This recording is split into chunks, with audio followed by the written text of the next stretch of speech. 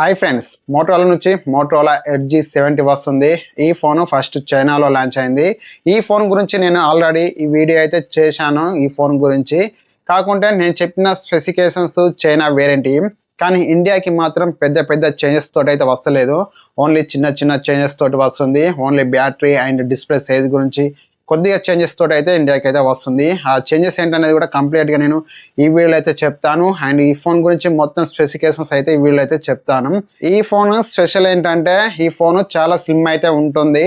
5.99 mm thin ఉంటుంది. Wait వచ్చేసి 159 grams weight ఉంటుంది. ఈ ఫోన్ మిలిటరీ స్టాండర్డ్ 810 సర్టిఫికేషన్ పొందింది.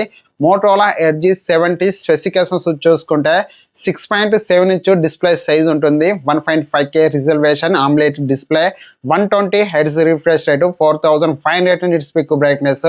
ఇది గొరిల్లా గ్లాస్ 7i ప్రొటెక్షన్తో వస్తుంది. Snapdragon 7 Gen 4 processor, LPDDR5X RAM, UFS 3.0తో వస్తుంది.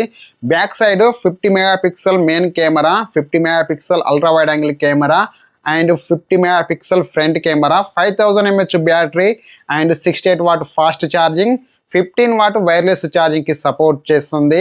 Water and dust IP68 IP69 రేటింగ్తో వస్తుంది. ఆండ్రాయిడ్ 16.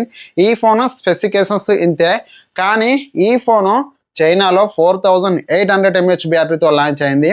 కానీ ఈ ఫోన్ ఇండియాకి మాత్రం 5000 mAh బ్యాటరీతో వస్తుంది. ఇది ఈ ఫోన్కి ప్లస్ పాయింట్.